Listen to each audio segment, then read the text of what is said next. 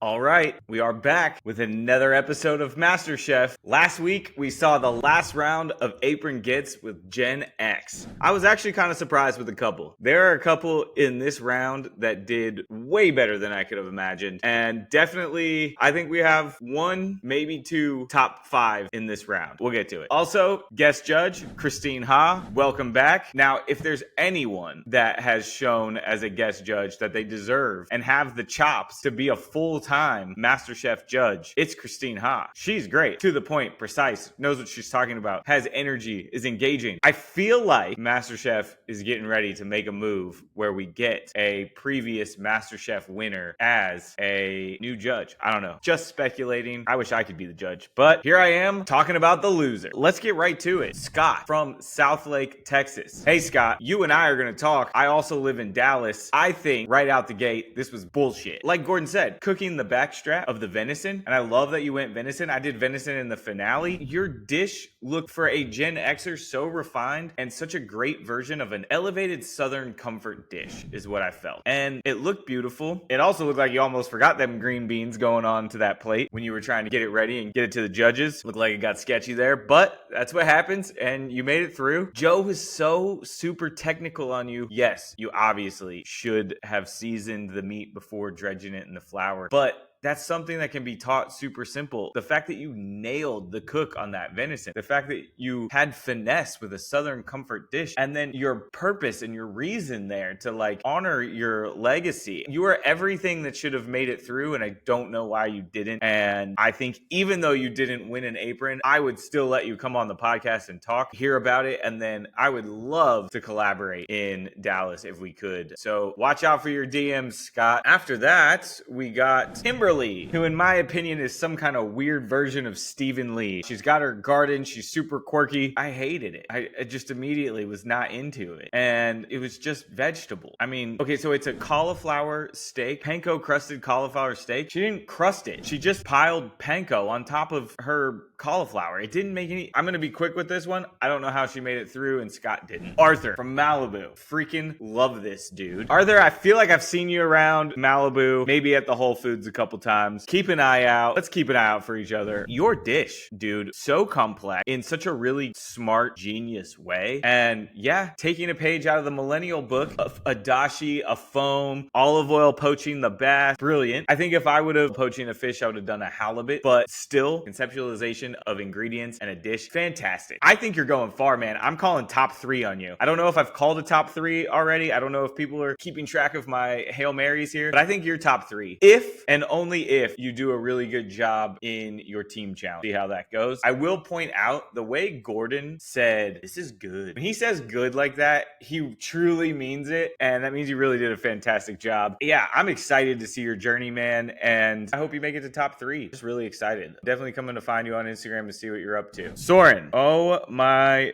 goodness. I have a little nephew named Soren. Family friend nephew, not biological. But I'm Uncle D-Rock to him. And man, I wish he could have seen what you did with this dish, because he would have told you straight and it would have been really funny, because he's like 11 and he could have done a better job. I mean, you were telling yourself while you were trying to get this dish done that you were not going to make it. It looked really bad. That's it. It just, I've never seen someone continue to try and fry fish and then pull it out, add flour to it, put it back in. It's falling apart in the fry oil. It doesn't even fit in the pan. Like the tail is just hanging out. This was just bad. I can't believe you even made it through the auditioning process. This was so bad. That's about it. Oh, you know what I saw? Boomer rice molding. Gosh. Stop molding the rice in a fucking souffle cup. Everyone please stop. Unless it's for a fucking reason. I think I need to just show you guys the only reason to mold fucking rice, but we'll get to that another time. Also, I would like to say, Christine is really showing why she should be a full-time MasterChef judge. She's just so eloquent. I love it. All right, now, I think this might be the first time we have a full-on Native American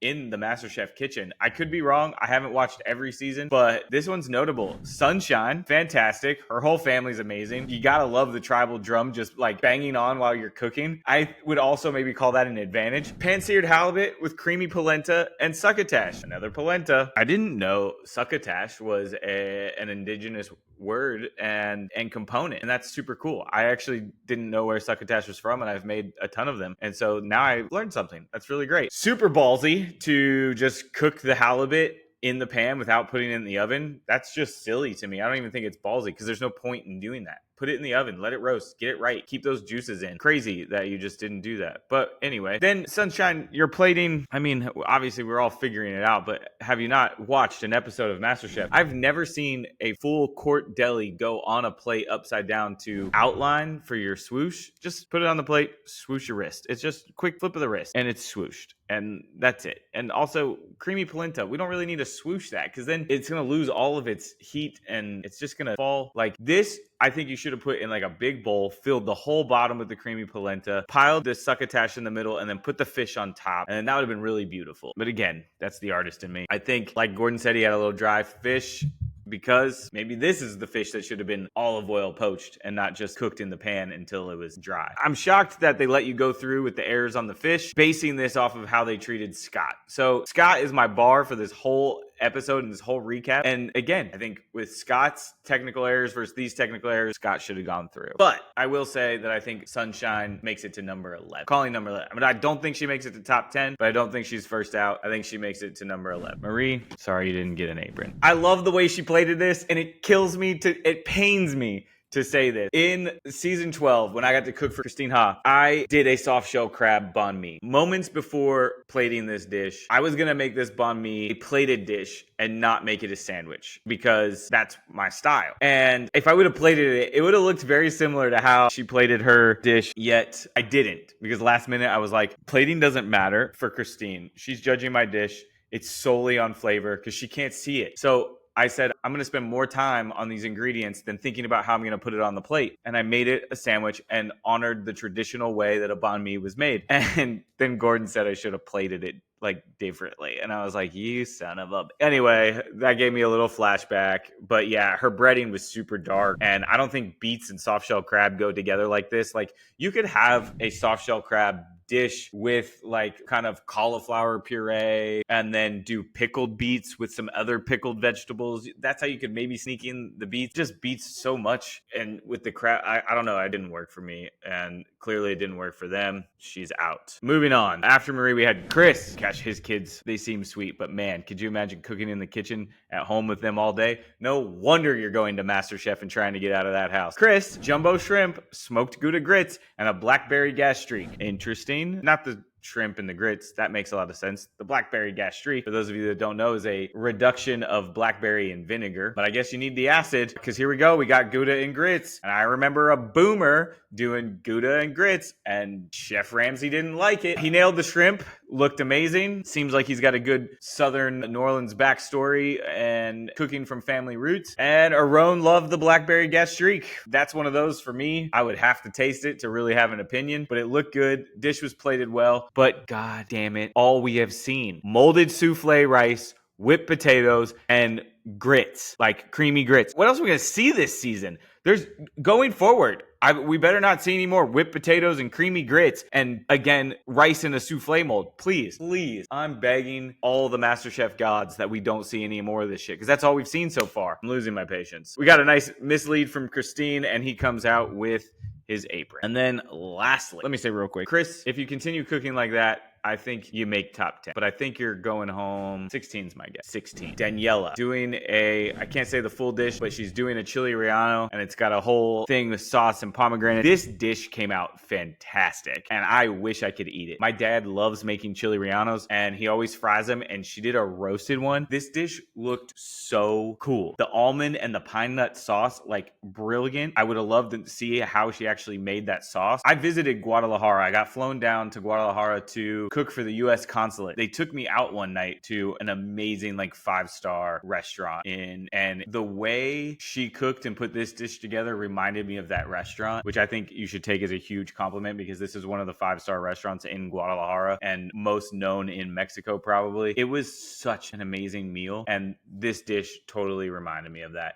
So Daniela, I think you're going to be the surprise for the whole season, that you're going to make it further because you have a really good grasp, like the culinary arts. You could see it in that dish in so many levels: the sauce, the crunchy components, the pomegranate, the way you roasted instead of fried. Because if you would have fried that Riano, it would not have worked, I think. So I think you have brilliant technique, and I think you're going to go really far, and I think you're going to be the one that surprises everybody. And speaking of surprises, congratulations on the MasterChef proposal. Rick putting a ring on it. Rick, yeah, if she cooks like that and you love it, I'm happy you put a ring on it. That is it for the recap. We are coming back next week to see the first time these generations face off together. My money's on a millennial out the gate, but I look forward to maybe, seeing Gen Z redeem themselves, because that shit was terrible. Good job, Gen X. Can't wait to see the rest. Guys, if you like these recaps,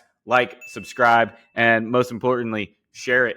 Let your friends see it. See you next week. Tune in to MasterChef Wednesday nights.